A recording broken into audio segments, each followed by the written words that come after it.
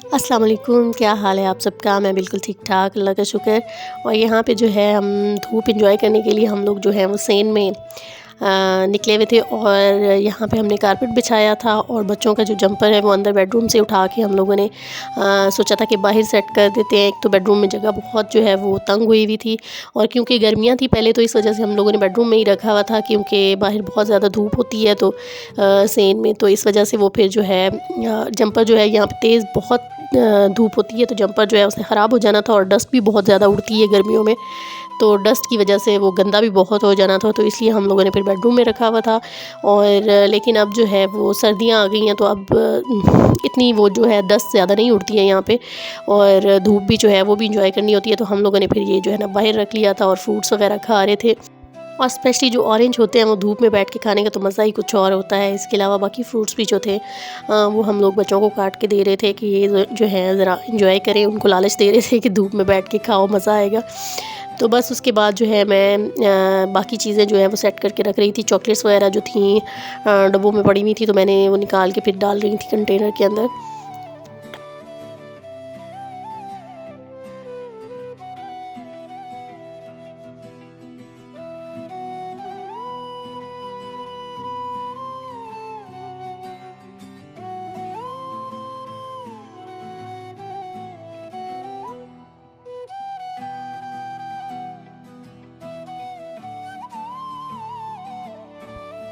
खैर, तो उसके बाद मैं ये आपको चीज़ें कुछ दिखा रही थी।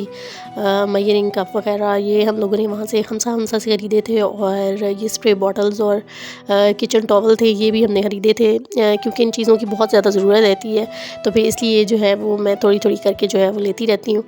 और ये जो थे ये मैंने बेडशीट क्लिपर्स लिए थे, ताकि बेडशीट्स जो हैं उनको बेड के ऊपर जो है वो अच्छी तरीके से जो है वो जमाया जा सके। तो ये बेडशीट क्लिपर्स थे जो मैं आपको दिखा रही थी।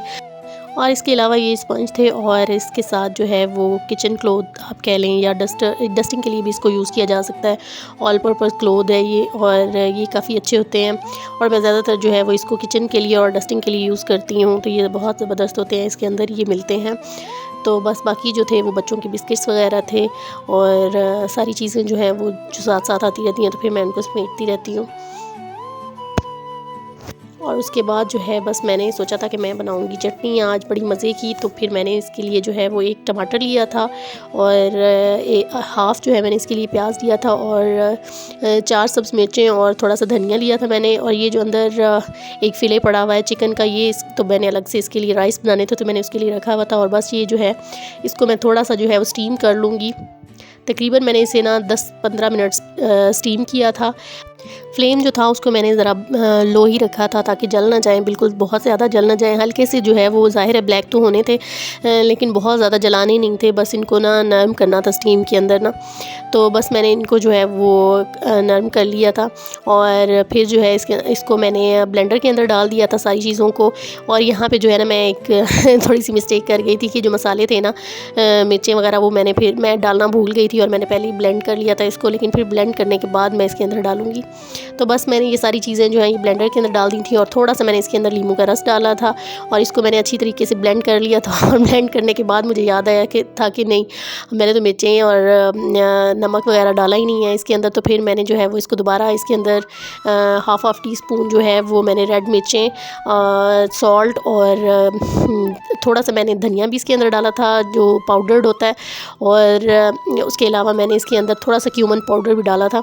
तो बस मैंने इसके बाद फिर दोबारा इसको थोड़ा सा ब्लेंड कर लिया था, और ये बड़ी अच्छी सी मज़े की चटनी मेरी बन गई थी। आप लोग भी ज़रूर इसको ट्राई कीजिएगा, बड़ी मज़े की आपको लगेगी। अगर आप जो है हल्की नमक मिर्चों वाले राइस बनाते हैं तो उसके साथ तो बहुत ही ज़्यादा मज़े की लगती है। और मैंने राइस साथ में बनाए थे, लेकिन मैंने फिर उसकी वीडियो ऐड नहीं की थी, बस हमने खा लिए थे फिर।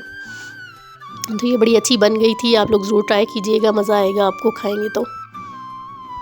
खैर, तो उसके बाद मैंने खाना बनाना था, और खाना बनाने के लिए मैं बना रही थी आलू मेथी। और मेथी जो थी वो ड्राई वाली थी, और जो ड्राई मेथी होती है ना, मैं तो उसके लिए इस तरह से करती हूँ कि पानी में पहले उसको ना 2-1 घंटे पहले मैं इसको अच्छी तरह से जो है वो भिगो देती हूँ, ताकि वो थोड़ी सी नरम हो जाए। क्योंकि खुश्क मेथी होती है तो फिर उसको गलाना भी होता है, और इसको जितनी ये गली भी हो ना उतनी ही ज़बरदस्त बनती है। तो बस यहाँ पर मैंने उसका सिंपल ही जिस तरह से मसाला बनाया जाता है सालन का, वैसे ही बने इसके अंदर वही चीज़ें नमक मिर्चें और हल्दी वगैरह डाल के, तो मैं यहाँ पर इसका जो है वो मसाला बना रही थी। और मसाला बनाने के बाद जो सबसे इम्पॉर्टेंट चीज़ है, एक तो मसाला भुना हुआ होना चाहिए और प्याज और टमाटर जो है ना वो अच्छे तरीके से गले हुए होने चाहिए।